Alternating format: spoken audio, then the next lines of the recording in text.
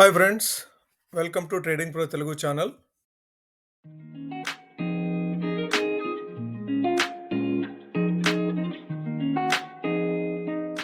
Friends, ఈ వీడియోలో మనం కొన్ని ఫేమస్ బ్రోకరేజ్ సంస్థలు స్టాక్ మార్కెట్లో ఉన్న కంపెనీల గురించి రీసెర్చ్ చేసి ఆయా కంపెనీలు రాబోయే రోజుల్లో ఏ విధమైన పర్ఫార్మెన్స్ను చూపించవచ్చో అనలైజ్ చేస్తూ రీసెర్చ్ రిపోర్ట్స్ పబ్లిష్ చేయడం జరిగింది. ఆయా కంపెనీల షేర్ ప్రైసు ఏ విధంగా మూవ్ అవ్వచ్చు, వాటి టార్గెట్ ప్రైస్ ఏ విధంగా ఉండొచ్చు అనే అంచనాలు కూడా వాళ్ళు ఇవ్వడం జరిగింది. వాటిల్లో కొన్ని రికమెండేషన్స్ని మీ ముందుకు తెచ్చే ప్రయత్నమే ఈ వీడియో. ముందుగా యాక్సిస్ సెక్యూరిటీస్ రీసెర్చ్ సంస్థ ఫెడరల్ బ్యాంక్ గురించి అనలైజ్ చేసి రీసెర్చ్ రిపోర్టు రిలీజ్ చేసింది. యాక్సిస్ సెక్యూరిటీస్ అభిప్రాయం ప్రకారం ఫెడరల్ బ్యాంక్ FY28కి NII 15,185 కోట్లకు, నెట్ ప్రాఫిట్ 6,717 కోట్లకు చేరుకుంటుందని, అలాగే NPA కూడా కంట్రోల్లో ఉంటుందని భావిస్తూ బై రికమెండేషన్ చేస్తున్నారు. వీళ్ళు కరెంట్ ప్రైస్ నుంచి నెక్స్ట్ 12 monthsలో 25% వరకు పెరుగుతుందని చెప్పేసి టార్గెట్ ప్రైస్ని 240గా చెప్తున్నారు. వీళ్ళు ప్రస్తుతం ఫెడరల్ బ్యాంక్ ప్రైసు 197 రూపాయల దగ్గర ఉంది. మీరు ఈ స్టాక్ని లాంగ్ టర్మ్ కోసం స్లోగా గ్రాడ్యువల్గా అక్యుములేట్ చేసుకునే ప్రయత్నం చేయొచ్చు. తర్వాత Motilal Oswal financial services research report ప్రకారం JSW ఇన్ఫ్రాస్ట్రక్చర్, మీకు అందరికి ఐడియా ఉంటుంది, లార్జెస్ట్ పోర్ట్స్ కంపెనీ వచ్చేసేసి అదానీ పోర్ట్స్, దాని తర్వాత సెకండ్ లార్జెస్ట్ వచ్చేసేసి JSW ఇన్ఫ్రాస్ట్రక్చర్.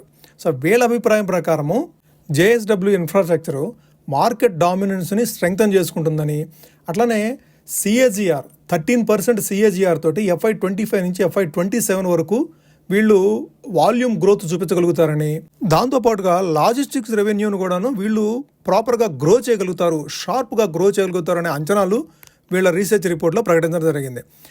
వీళ్ళ రెవెన్యూ 22% క్యాగర్ తోటి రెవెన్యూని ఇంప్రూవ్ చేస్తూ 23% క్యాగర్ తోటి ఎబిటాను కూడా over same period of time, అంటే FY25 నుంచి 27 వరకు వీళ్ళ ఎబిటా కూడాను 23% క్యాగర్ తోటి ఇంప్రూవ్ అవుతుందనే అంచనాలతోటి వీళ్ళు బై రేటింగ్ ఇవ్వడం జరిగింది. సో వీళ్ళ by Motilal Oswal financial services research ప్రకారము వీళ్ళు రికమెండ్ చేసిన ప్రైసు 380 రూపీస్. సో నిన్న మార్కెట్లో డిప్ అవుతూ ఇది 296 రూపీస్ వరకు ట్రేడ్ అవ్వడం చూసాము. సో 296 నుంచి 380 రూపీస్, సుమారుగా 24 to 25% రాబోయే 12 months టైంలో ఇది ఎప్రిషియేట్ అవుతుంది అని చెప్పేసి అంచనాలు వీళ్ళు వెలిపించడం జరిగింది. తర్వాత మనం మాట్లాడుకోబోయే స్టాకు జియోజిత్ రీసెర్చ్ ఇన్స్టిట్యూట్ వాళ్ళు పబ్లిష్ చేసినటువంటి సుజ్లాన్ ఎనర్జీ గురించి. ఈ రీసెర్చ్ సంస్థ అభిప్రాయం ప్రకారము వీళ్ళ కెపాసిటీ యూటిలైజేషన్ అనేది హయ్యర్ సైడ్ ఉంటుంది. వీళ్ళ మార్జిన్స్, వీళ్ళ కెపాసిటీ యూటిలైజేషన్ ప్రాపర్గా ఉండటం వల్ల వీళ్ళ మార్జిన్స్ కూడాను స్ట్రాంగ్గా ఇంప్రూవ్ అవుతాయని, అట్లనే వీళ్ళకు ఉన్నటువంటి 5.7 గిగావాట్ ఆర్డర్ బుక్ని ఎగ్జిక్యూట్ చేయగలిగితే వీళ్ళ రెవెన్యూ 42% క్యాగర్ తోటి FY25-27 మధ్యలో ఇంప్రూవ్ అవుతుందని చెప్పేసి మేనేజ్మెంట్ చాలా స్ట్రాంగ్ గైడెన్స్ ఇవ్వడంతో వీళ్ళు రికమెండేషన్ చేస్తున్నారు. వీళ్ళు ఈ కంపెనీకి ఇస్తున్న టార్గెట్, సుజ్లాన్ ఎనర్జీకి వీళ్ళు ఇస్తున్న టార్గెట్ 75. ప్రస్తుతం దీని ప్రైసు 57 దగ్గర ఉంది. అంటే మోర్ దాన్ 30% అప్రిషియేట్ అవుతుంది. రాబోయే 10 నుంచి 12 నెలల కాలంలో 30% అప్రిషియేట్ అవుతుందనే అంచనాలతోటి వీళ్ళు 75 టార్గెట్గా ఇస్తున్నారు. తర్వాత మనం మాట్లాడుకోబోయేది వెంచూరా రీసెర్చ్ ఇన్స్టిట్యూట్ వాళ్ళు సజెస్ట్ చేసినటువంటి transformers and rectifiers India limited.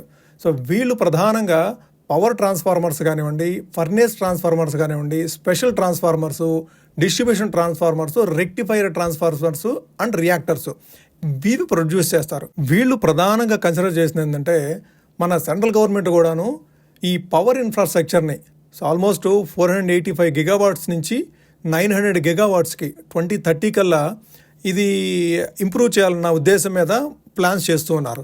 దాంతో ఈ ట్రాన్స్ఫార్మర్స్ అండ్ రెక్టిఫైయర్స్ వీళ్ళు తయారు చేసే ట్రాన్స్ఫార్మర్స్కి సో డిమాండ్ వస్తుంది. రాబోయే 5 నుంచి 10 సంవత్సరాల్లో మంచి డిమాండ్ వస్తుంది అని చెప్పే అంచనాలతోటి వీళ్ళు 757 ఈ కంపెనీకి టార్గెట్గా ఇస్తున్నారు రాబోయే 24 నెలల్లో.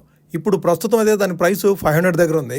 సో వీళ్ళు ఇస్తున్న టార్గెట్ 757, సుమారుగా మోర్ దాన్ 50% టార్గెట్ వీళ్ళు ఎక్స్ప్రెస్ చేస్తున్నారు ట్రాన్స్ఫార్మర్స్ అండ్ రెక్టిఫైయర్స్ ఇండియాకి సంబంధించి.